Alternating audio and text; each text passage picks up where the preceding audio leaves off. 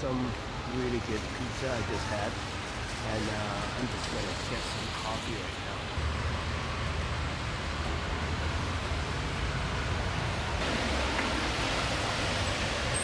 Thank you. How's it going? Later. What's your name? My name is Eldrick. Eldrick? Eldrick, yes. Nice to meet you. I'm Carson. Nice to meet you, man. Thanks for popping by. Cool. Thanks. So what I do is instead of doing batch brewed coffee, I do pour overs from my everyday coffee with a local roaster, and then I do the AeroPress is usually my best quality. Probably the only like vegan specialty coffee shop in at least Western Canada.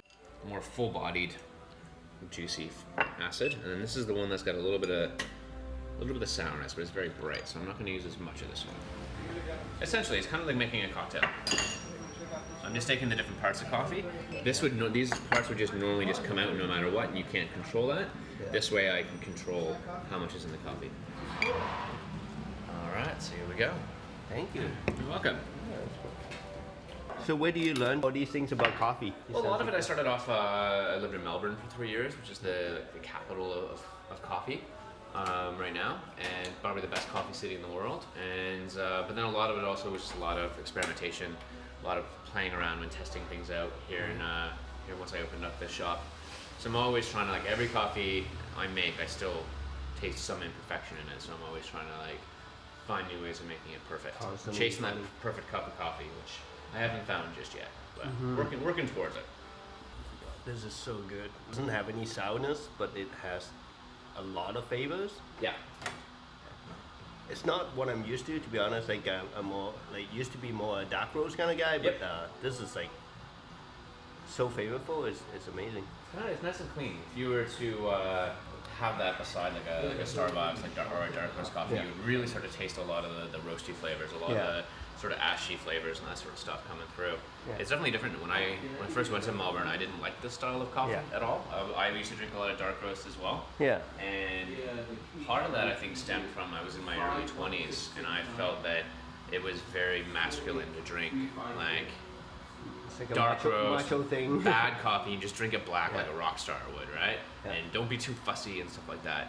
And I never used to drink cocktails either and that sort of stuff. And then I went to Melbourne and didn't like this coffee, but I got used to it. That's all there was. And then it really changed my perception of things. I realized that I shouldn't, I shouldn't adhere to like old standards for like defining my masculinity. I was like, I can drink a very floral, light coffee that just tastes nice, and I can enjoy that, and that's perfectly fine. So and that's usually because those first little bits, the first bit that comes out, that's all the sourness.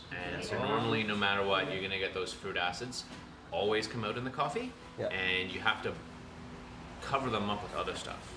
And so usually what you have to do is you have to cover up the sourness from the beginning with the bitterness that comes out at the ends. And sometimes baristas, especially when they're learning how to make coffee, they're just trying to make it so the coffee's not too bitter, but you have to have that bitterness normally to cover up the sourness. If you take away that bitterness, the coffee just tastes sour. So instead, what I do is instead of covering it up, I just put that sourness off to the side, and then I can control it. So it's something that nobody else does. So for example, this year's Canyon harvest probably won't be very good because they had a drought, and I think Guatemala had like too much water, and El Salvador last year had like the rainy season started like 2 months early. It really affected the crops. So you've got certain years that are better than others for coffee. We haven't quite got to that point because we use coffee right away. There's a roaster that does though, so if he has a particularly good coffee, he'll actually freeze the green bean before he roasts it, and he'll re-release it every once in a while. So sometimes you can buy the same coffee from like 2014, 15, 16, and sometimes he sells them as a pack. So that's something that often happens. And there's a lot of similarities with wine actually in how the cherries are processed. So we do different types of fermentation, and they're starting to get into some stuff that they do in the wine industry, like fermentation with skin contact and using like yeasts and lactic acid and carbonic maceration, all sorts of like really interesting fermentation processes. It's really interesting. Yeah. No fermentation. There's almost always some fermentation with coffee. Yeah. So they when they take the cherries off, usually at the very least there's a couple days of with fruit still left on around the seed. Yeah. But in Ethiopia they do what's called the dry processing or natural processing, where they just put them outside in the sun on tarps for like a month, and then the fruit breaks down and ferments, and then afterwards they can just wipe it off, and that just really ramps up the sugar content. So that's when you get really sweet Ethiopian coffees.